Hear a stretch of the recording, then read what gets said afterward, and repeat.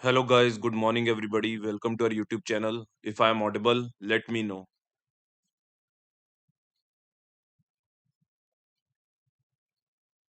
Hanji, quickly give me a confirmation whether I'm audible or not.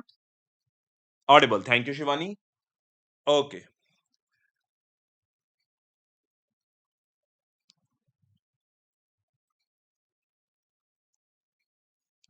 Now just let me know whether this PDF is visible to you.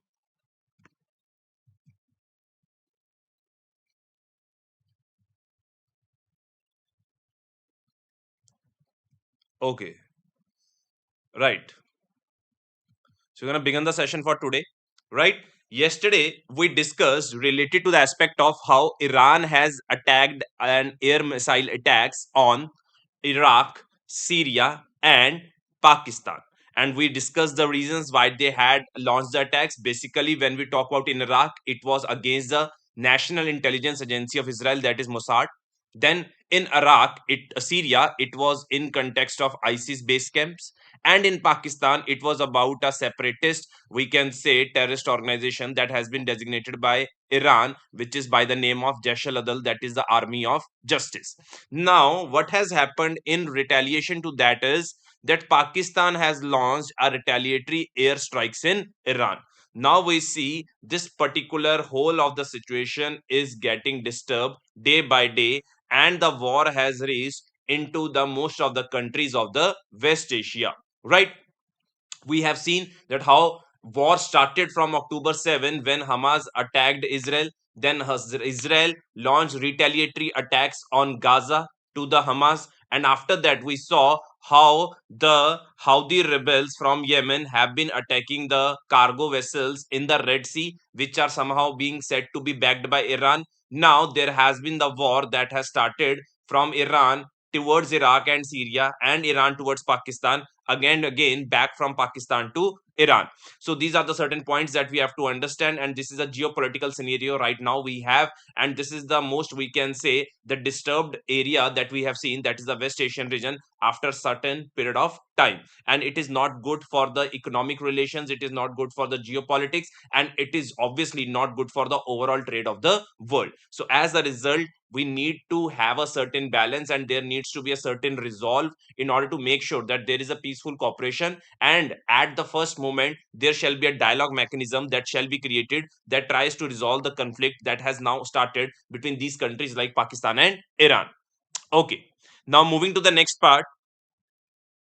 Now again, of the things that we have discussed, that is related to Navy helps drone hit cargo vessel in the Gulf of Aden. Now I've already told you that there have been a lot of attacks that have been taken by the Houthi rebels into the Red Sea, and that has stretched to Gulf of Aden as well. Now there was a distress call made by the merchant vessel by the name of MV Genko Picardy. Now you two need to remember the names of these vessels. This could be asked in the examination as well. The name of the vessel is MV Genko Picardy, and it was a certain a drone attack in the Gulf of Aden that they made a distress call, and the nearby Navy destroyer, that is INS Vishakhapatnam, responded to that distress call. Now, one of the things that you have to understand is that जब हम इन पूरे issue की बात करते हैं, now what we say, Houthi rebels, they have been attacking, let's say, a lot of cargo vessel in the Red Sea, no matter which country they belong to. And second of all important thing is that US has escalated attacks on the Houthi rebels as well. And despite being the efforts that had been taken by the United States in the Red Sea towards the Houthi rebels in order to create a deterrent,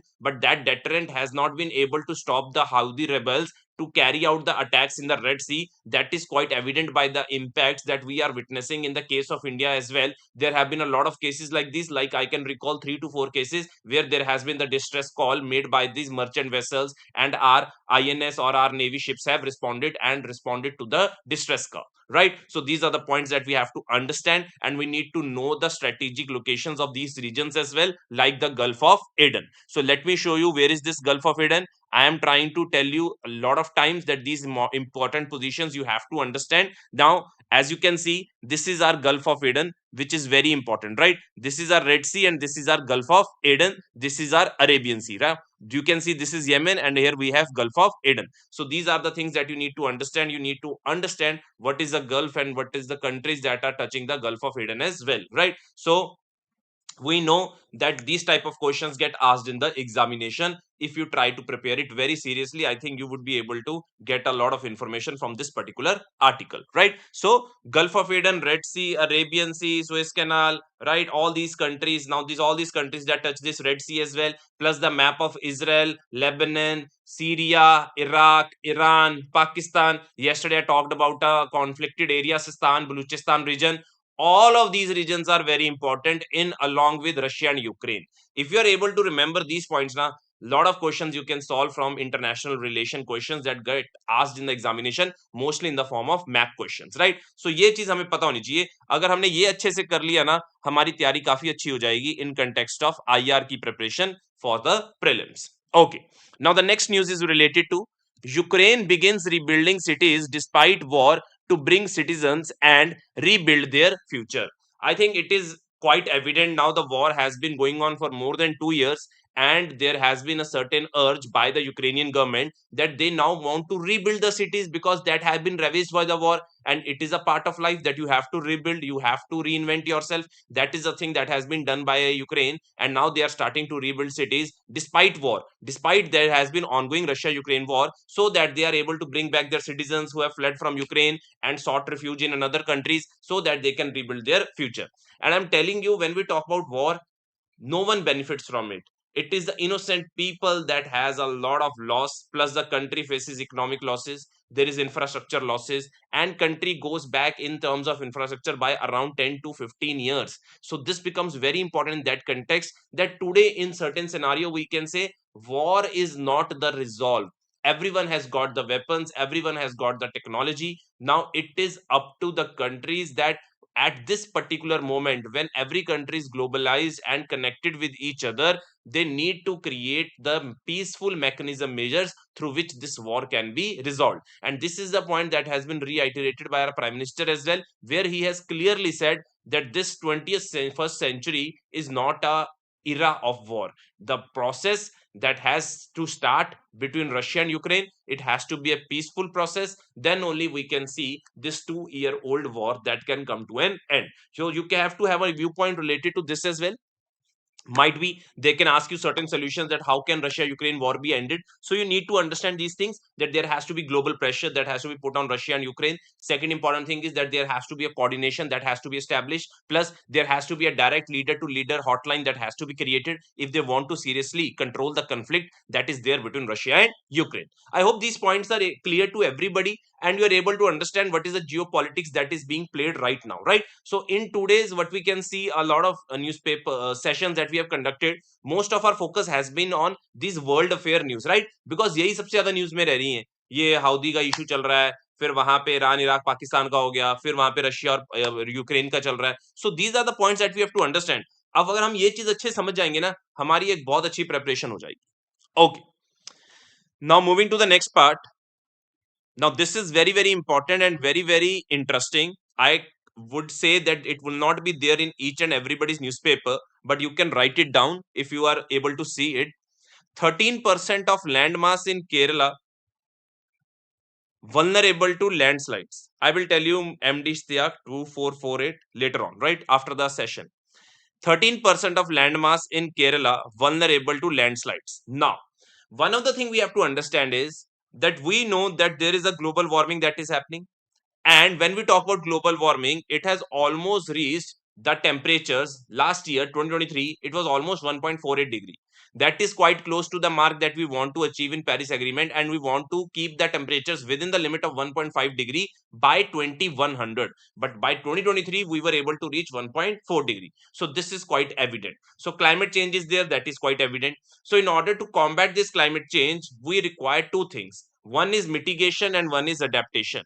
Mitigation is related to reduction of future greenhouse gas emissions, and adaptation is related to emissions that have been done in the past so that we are able to minimize the impacts that can come out of the emissions in the past. So obviously adaptation is obviously all the time related to reducing and minimizing the impacts of climate change. Now for adaptation, you need to have money, that is finance, you need to have technology, you need to have certain capacity building measures so that you are able to reduce the impact of the climate change. Now what are the various impacts of climate change? You have floods, you have cyclones, you have forest fires, you have glaciers melting, you have rise in sea level, right? You have submergence of land, and along with that you have events like landslides. Now if you want to reduce the impact of landslides, there needs to be a proper data, there needs to be a proper early warning data that has to be there, so that the community, so that the authorities are able to adjust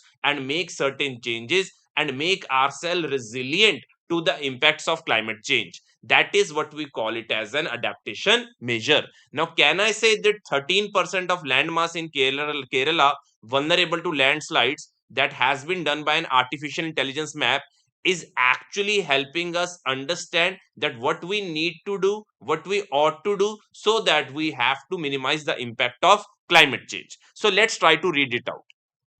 An artificial intelligence based map of Kerala has revealed that 13% of landmass is extremely vulnerable to landslips, forming part of a multifaceted crisis gripping the region.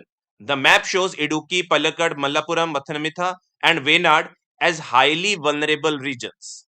Now, one of the points that we need to understand is this preparation is in line with, involved with deep learning technology to expose a multifaceted crisis in the region, providing susceptibility overview spanning observations from pre-2017 to post-2020.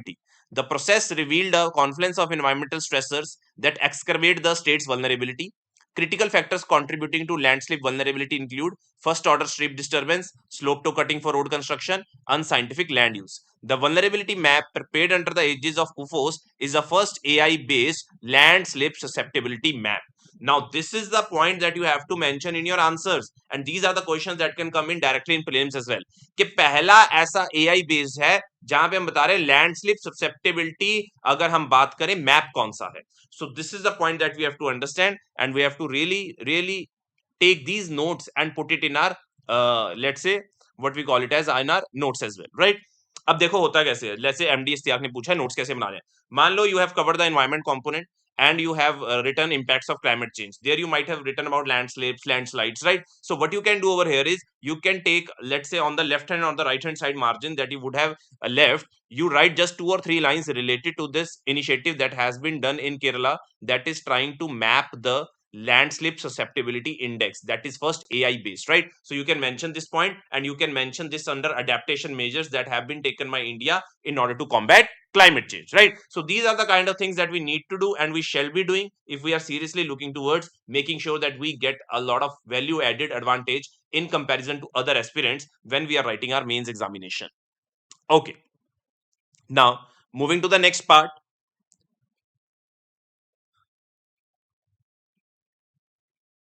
Now I think this point is absolutely clear to everybody. Those there is a agenda that has been going on in Instagram, what we can say on the electronic media as well, right? I don't consider electronic media right now to be a fair representation of as the fourth pillar of democracy, because they have been running a one biased campaign and it is just a bullshit, if we can sorry I have to use this word, but what we know that what has been going on these channels is nothing we can say uh, it is not up to the mark, right? So one thing we have to understand is when we talk about Maldives, there has been a campaign that has been going on Instagram, on social media websites, and on these all these what we can call it as what we say in our electronic media. They have been trying to say that we have to boycott Maldives. How can you boycott Maldives when it is a very strategic location? Once you boycott Maldives, then you will see you will have a greater security threat that will be coming just down the islands, that is Maldives, and directly facing into your southern region. You cannot have a total isolation policy from Maldives. There needs to be a certain steps that has to be taken so that we are able to take back into confidence the Maldives, which is very important right now. I know Maldivian president has basically won the election on the context that it wants India out campaign, it wants Indian personnel to be removed out. ठीक है, वो Indian army person को remove करने की बात कर रहे हैं, जबकि हमारे आर्मी पर्सन जो है भी वो मॉलडीव्स की सिक्योरिटी के लिए है. Second of all, it is there for the training of the let's say people and the army over there. So how can we have, let's say, interfering with their sovereignty? We are not interfering with their sovereignty, but it is because of the money, or we can say the agenda that has been run by China. That is, the Maldives has gone closer to China, and Maldives is making statements like this: no big country can bully us. So this brings us to a very important thing, that China is making a lot of inroads into Maldives.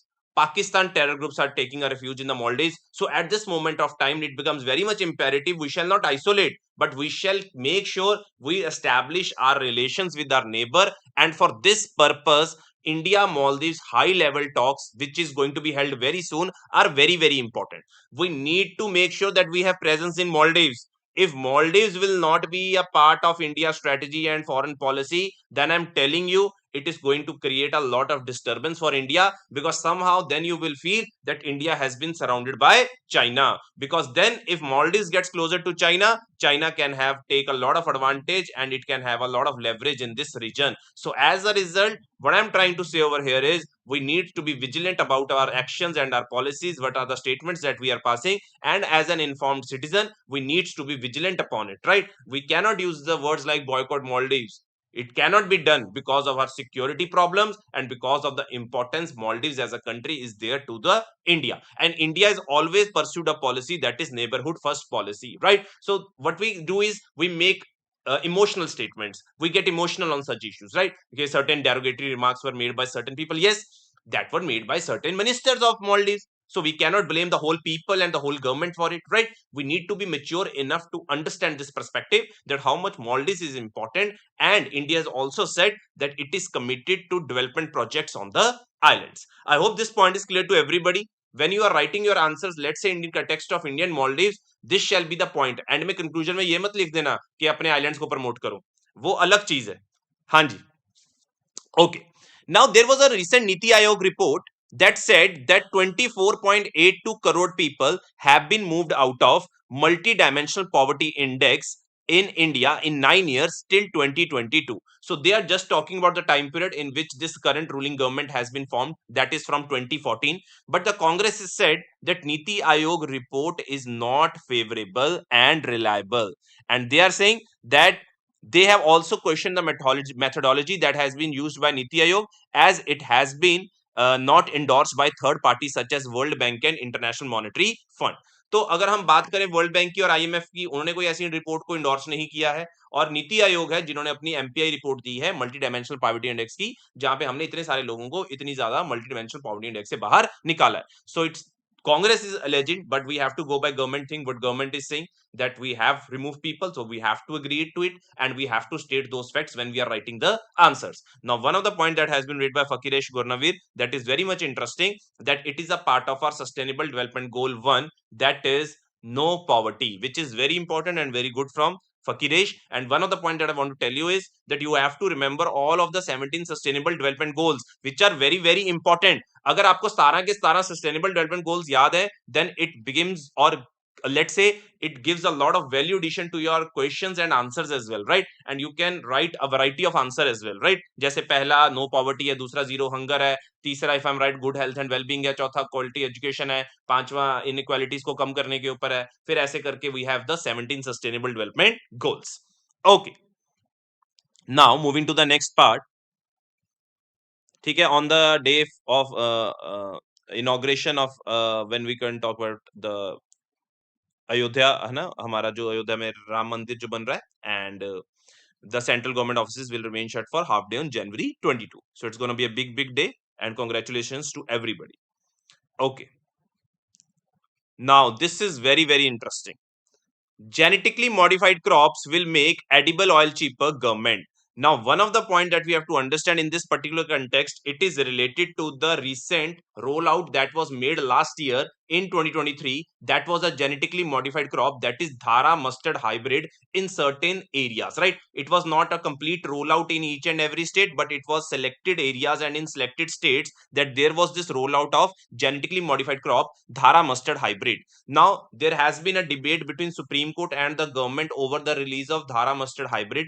Supreme Court is of the favor or is of the opinion that these genetically modified crops like Dhara mustard hybrid will be detrimental to biodiversity and environment, whereas government's viewpoint is altogether different, considering how much we import oil, how much we import edible oil. In that context, it will save our foreign exchange, plus we will be able to manufacture more of the domestic oil, and third, it will reduce our foreign dependence, fourth, it will increase our domestic production as well. So let's try to understand.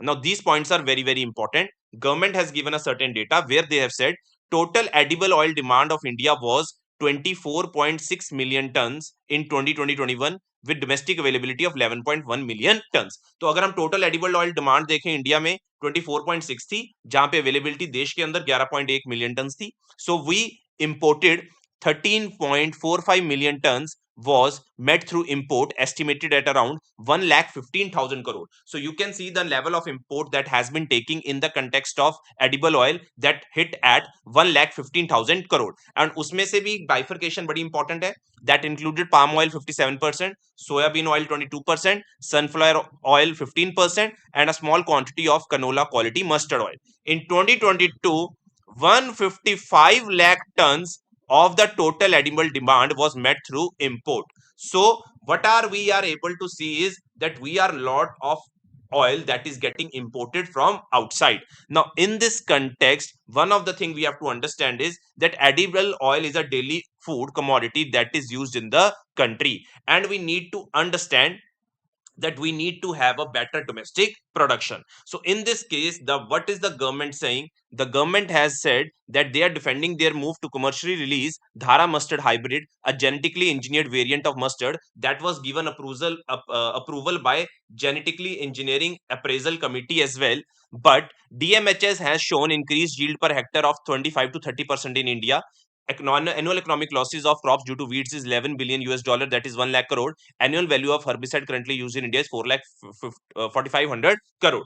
Now, the thing that they are trying to say over here is that why we are creating Dhara mustard hybrid, so that we increase the productivity, plus it can be a crop that could be resistant to attacks of herbs and pests, right? And as a result, if we do not use these crops, we use the traditional crops, the original crops, then what happens is we are using a lot of herbicide and pesticide, और उनकी cost बता रखी है. So if we are using Dhara mustard hybrid, first of all, it will increase our domestic availability, it will reduce our import, third, it will save the expenses that are coming from the use of herbicide and pesticide. So these are the points that have been raised over here, and these are the things that we have to understand, and these are very, very important. I am telling you guys, इससे ज्यादा कोई important चीज नहीं है, right? तो ये आपको पता होना चाहिए धारा मस्टर्ड हाइब्रिड को लेके क्या टसल चल रही है सुप्रीम कोर्ट और सेंटर के बीच में.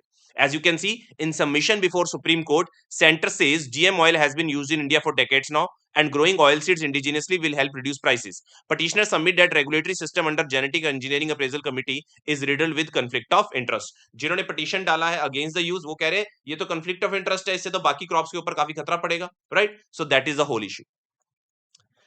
Okay.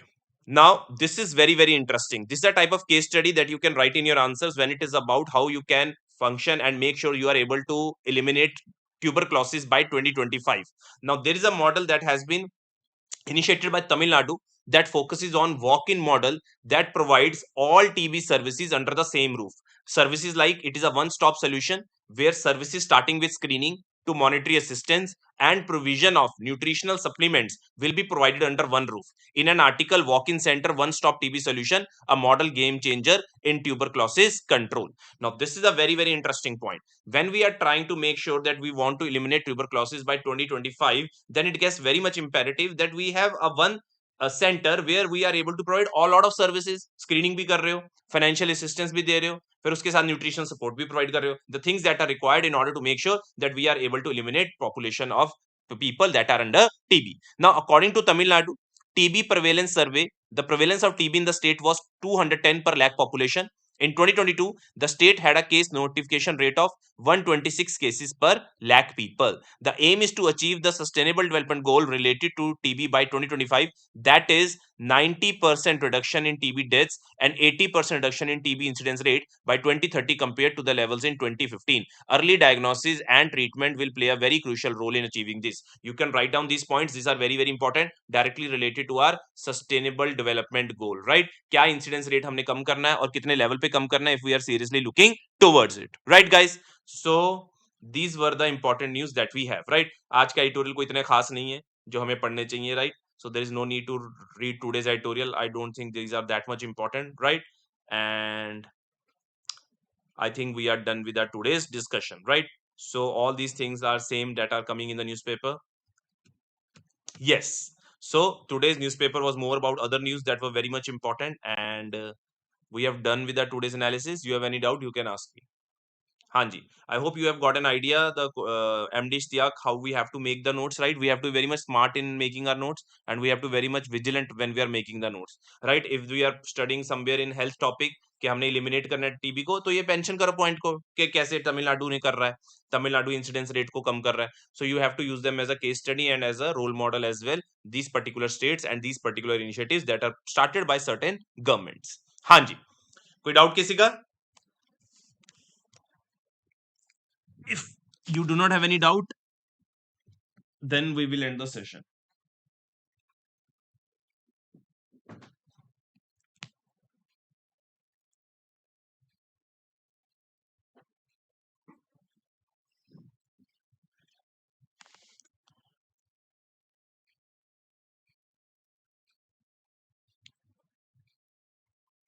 Chaliye, thank you, Lovely, Shivani, and Madhuri. Right, thank you so much. Take care, guys, and we will see you tomorrow, same time, 9 a.m. Till then, take care. Bye bye.